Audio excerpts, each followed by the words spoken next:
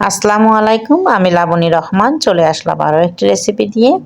কাতল মাছের ডিম ভুনা। চলুন শুরু করা যাক। প্রথমে আমি মাছের ডিম গরম পানিতে দিয়ে পরিষ্কার করে নিব। দিয়েছি গরম পানি, এখানে দিয়ে দেব কিছু লেবু, দিয়ে আমি ডিমগুলা দিয়ে দিব। দিয়ে আমি কিছুক্ষণ বলক তুলে নেব। সামান্য একটু সেদ্ধ হয়ে গেলে আমি নামিয়ে ফেলব।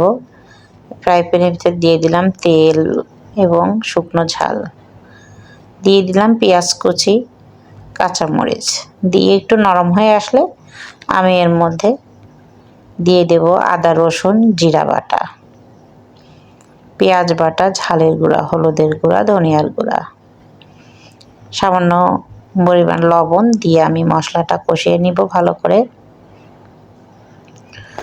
মশলা কষানো হয়ে গেলে আমি এর মধ্যে সামান্য একটু পানি দিয়ে দিব। দিয়ে মশলাটা আমি আরও কিছুক্ষণ কষাবো। দিয়ে দিলাম 1 টেবিল চামচ জিরার গুঁড়া, ভাজা জিরের গুঁড়া এটা, আর ডিমগুলো এর মধ্যে দিয়ে দিলাম। দিয়ে ভালো করে আমি নেড়ে দিব। কিছুক্ষণ কষিয়ে নেব ভালো করে।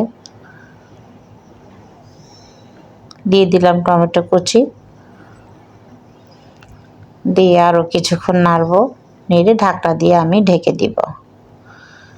ঢাকনাটি খুলে দিয়ে আমি আরও কিছুক্ষণ নাড়ব যাতে নিচে পুড়ে না যায়।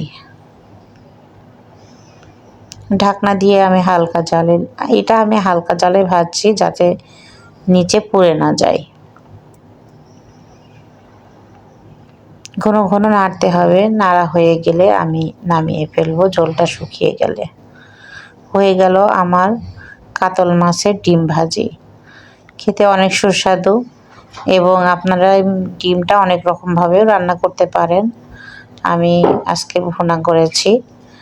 ভাত দিয়ে বা রুটি দিয়ে খেতে অনেক ভালো লাগে। আমার ভিডিওটা যদি আপনাদের ভালো লেগে থাকে তাহলে like, comment, share and subscribe করে দিবেন। ভালো থাকুন, সুস্থ থাকুন। আল্লাহ হাফেজ। Thank for watching.